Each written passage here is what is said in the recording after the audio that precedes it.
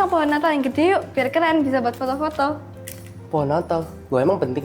Penting dong, kan tahun lalu ada. Masa tahun ini nggak ada? Kayak nggak kerasa gitu suasana Natalnya.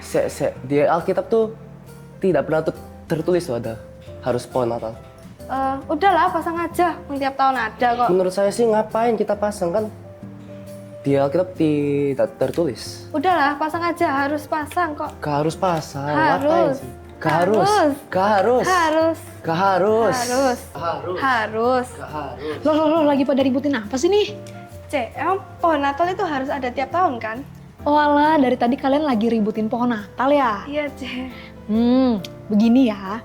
Penggunaan pohon di dalam dekorasi Natal itu sebetulnya nggak pernah disebutkan di dalam Alkitab. Memang ada banyak teori tentang asal-usul pohon Natal, tetapi penjelasan yang paling umum itu menyebutkan bahwa tradisi ini berasal dari kebiasaan masyarakat Eropa. Jadi pada masa itu, mereka di musim dingin, itu mereka mulai menghias pohon-pohonan hijau, kayak contohnya pohon cemara gitu. Itu menandakan sebagai simbol kehidupan yang tidak pernah mati. Nah, seiring waktu, kebiasaan ini diadopsi oleh orang Kristen dan diberikan makna baru. Nah, dari situlah tradisi pohon Natal ini terus berkembang sampai yang kita kenal seperti hari ini. Nah, pohon Natal itu memang bagus sih sebagai sebuah simbol, tetapi bukan itu intinya. Natal tetap bermakna tanpa simbol pohon Natal sekalipun. Karena sebetulnya maknanya adalah bagaimana Tuhan Yesus telah lahir ke dalam dunia menjadi juru selamat bagi kita semua. Loh, Ce, tapi kalau nggak pasang pohon Natal nanti bakal dosa nggak ya? Ya jelas enggak lah. Pasang pohon Natal itu nggak ada hubungannya sama ketaatan kita kepada perintah Tuhan.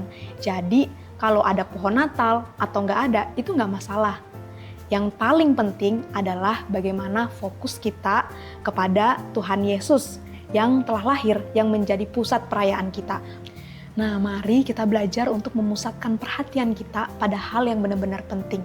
Jangan sampai deh kita itu berselisih hanya karena hal-hal yang sepele. Misalnya kayak pasang atau nggak pasang ya. Nah, yang harus diingat adalah bahwa inti dari Natal itu adalah tentang Tuhan Yesus yang lahir di dalam palungan.